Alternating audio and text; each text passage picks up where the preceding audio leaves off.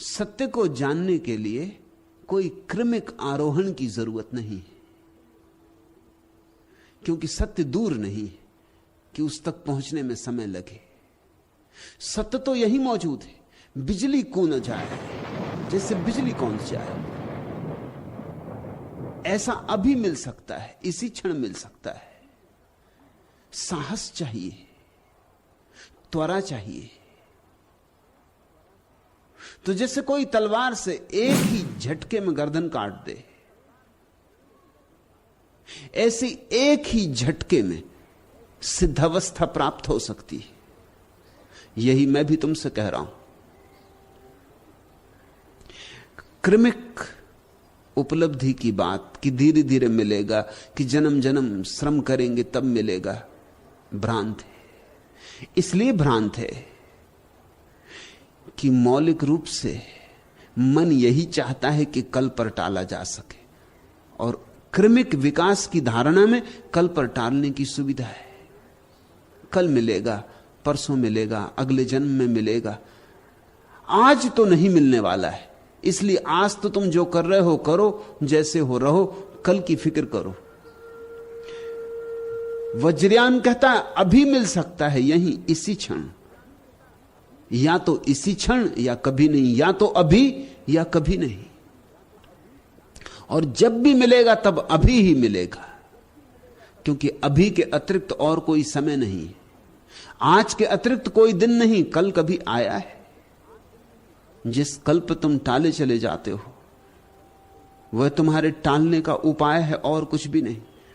तुम्हारी बेईमानी का एक ढंग है समय। समय तुम्हारी ईजाद है।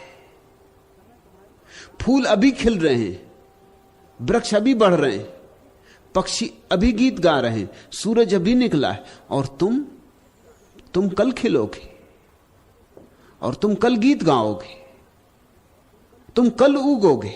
कल कभी आता है? फूलों ने नहीं टाला कल पर, वृक्षों ने नहीं टाला कल पर, पक्षियों ने नहीं टाला कल पर, आदमी ने कल पे टाला है। सिवाय आदमी के और कोई भविष्य में नहीं जी रहा है। सिर्फ इसलिए आदमी भर परेशान है और कोई परेशान नहीं। वृक्ष अशांत नहीं। तुम वृक्षों को मनोवैज्ञानिकों के पास जाते नहीं देखते हो, और न पशु पक्षी अशांत है। तुमने कभी किसी पशु पक्षी के चेहरे पर तनाव की, बेचैनी की रेखाएं देखी?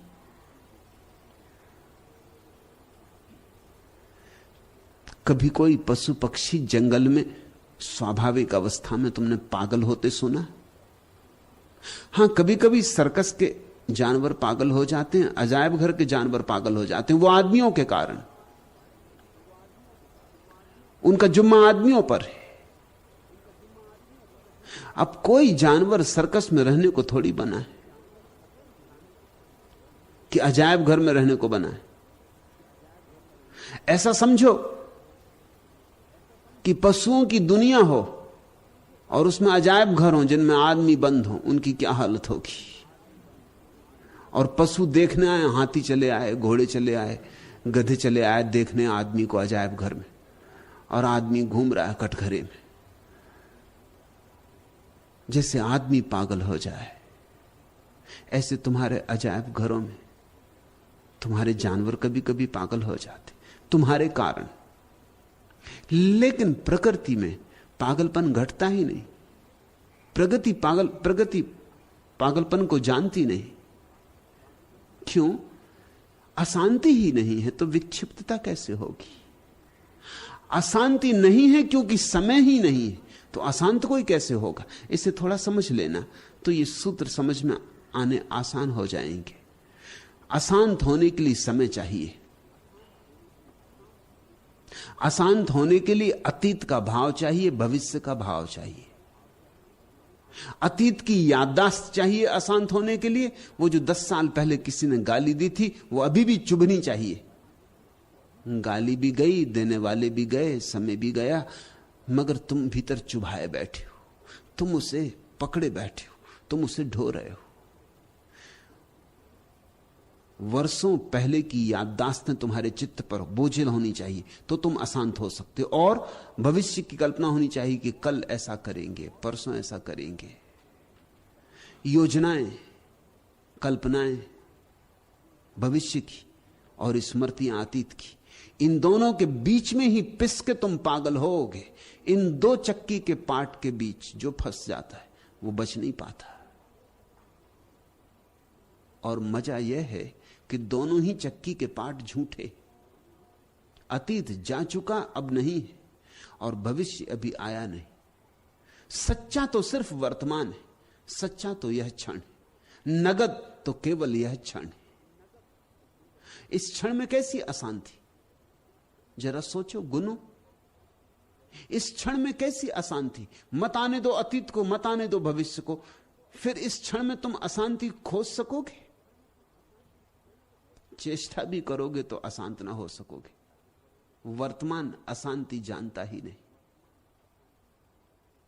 अब यह बड़ा मजा है कि आदमी भविष्य की कल्पना करके अशांति खड़ी करता है और फिर भविष्य में ही शांत होने की योजना भी बनाता है। उससे अशांति और कई गुनी हो जाती,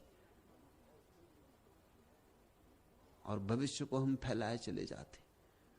इस जन्म में ही हमारे भविष्य का विस्तार नहीं, हम अगले जन्मों में भी फैलाते।